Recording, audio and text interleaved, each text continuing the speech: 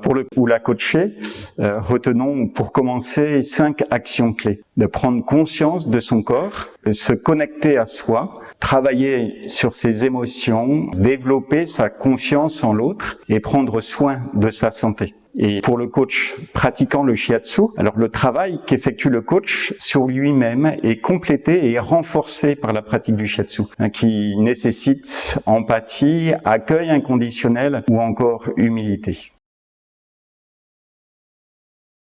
Le shiatsu est une technique d'origine japonaise qui relève de la tradition orientale et du massage chinois. Il consiste à opérer des pressions rythmées sur le corps par enchaînement successif à l'aide des doigts ou de la paume des mains. Il s'agit d'un profond travail énergétique qui contribue à équilibrer le corps sur les plans physiques, psychiques et émotionnels. Alors il s'inscrit dans une logique préventive d'entretien et d'amélioration de la santé. C'est une approche holistique. Le shiatsu s'adresse à toute personne sans limite d'âge. Il se reçoit en position allongée, sur un futon, dans une tenue habillée et confortable. La séance dure 1 heure. Là où le coaching repose sur la qualité de la relation, comme voie privilégiée dans l'accompagnement du processus d'autonomie et de créativité, le shiatsu est une voie, comme tout art japonais, une voie authentique, un art ancestral. Le coach est d'abord attentif à la qualité de la relation pour amener la personne accompagnée à mobiliser ses ressources pour répondre à la demande initiale. La pratique du shiatsu est un formidable accélérateur pour établir la qualité de la relation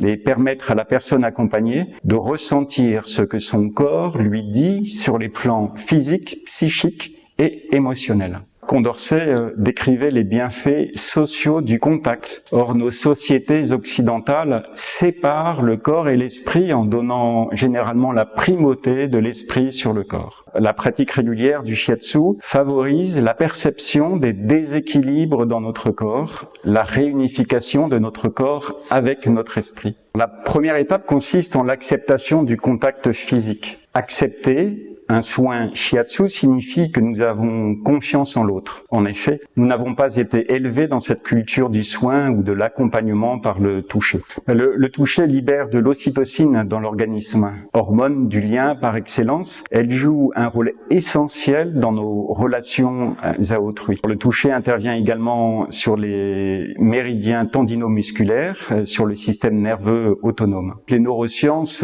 mettent en évidence chaque jour un peu plus ces effets positifs dans le développement de la confiance en soi et en autrui, ainsi que dans la diminution du stress et de l'anxiété. Selon la médecine traditionnelle chinoise, chacune des 5 émotions principales est associée à un organe. Si nos organes sont équilibrés, nos émotions le seront aussi, et notre pensée sera juste et claire. Les organes affectent les émotions et les émotions affectent les organes. Pour simplifier, recevoir un shiatsu permet de se connecter à soi, de prendre conscience de déséquilibre.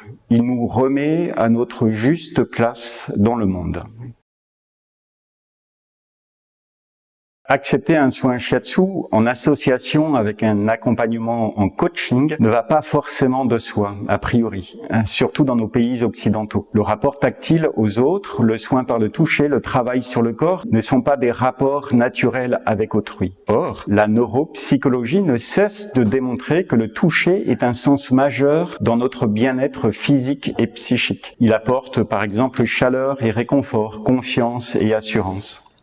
Le shiatsu peut être une technique d'accompagnement qui s'associe merveilleusement bien avec le coaching. Les échanges avec le coach s'en trouvent facilités, deviennent naturels, en sincérité. C'est d'abord un accompagnement qui permet de développer un espace dédié, bienveillant. Un lien singulier et respectueux est créé entre le coach et la personne accompagnée, qui représente un espace favorable à l'émergence de solutions.